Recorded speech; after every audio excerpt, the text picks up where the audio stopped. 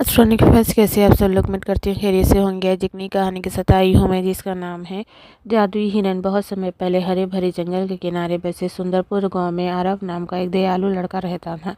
उसे जानवरों से बहुत प्रेम था। एक दिन वे जंगल में लकड़ियाँ इकट्ठे कर रहा था कि तभी उसे एक सुनहरे रंग का हिरन दिखाई दिया। उसकी आंखें नीले आसमान की तरह चमक रही थी और उसके सींगों से सुनहरी रोशनी निकल रही थी। हिरन ने मुस्कुराकर कहा, डरो मत आरव, मैं एक जादुई हिरन हूँ। केवल नेक दिल वाले लोग ही मुझे देख सकते हैं।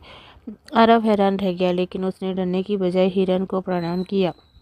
जादुई हिरन बोला, इस जंगल के बीचों बीच एक जादुई झरना है। अगर वह सूख गया तो पूरा जंगल और तुम्हारा गांव भी सूख जाएगा। लेकिन एक लालची तांत्रिक उस झरने की शक्ति चुराना चाहता है। आरव ने बिना देर किए हिरन की मदद करने का फैसला किया। दोनों घने जंगल, ऊंचे पहाड़ों और रहस्यमय गुफाओं से होकर गुजरे। रास्ते में उन्हें कई मुश्किलों का सामना करना पड़ा, लेकिन हिरन की जादुई रोशनी हर बार उनका रास्ता आसान बना देती। आखिरकार वे झरने तक पहुंचे। वहां तांत्रिक अपने काले जादू से झरने की शक्ति को एक जादुई पत्थर में कैद कर रहा था। आरव ने अपनी बुद्धिमानी से तांत्रिक का ध्यान भटकाया। तभी जादुई हिरन ने अपने चमकते सींगों से तेज प्रकाश निकाला। वे प्रकाश इतना शक्तिशाली था कि तांत्रिक का सारा काला जादू खत्म हो गया और वे वहां से भाग गया। जैसे ये जादुई पत्थर टूटा, झरना पहले से भी अधिक वेग से बहने लगा। पूरे जंगल में हरियाली लौट आई, फूल खिल उठे और पक्षी खुशी से गाने लगे।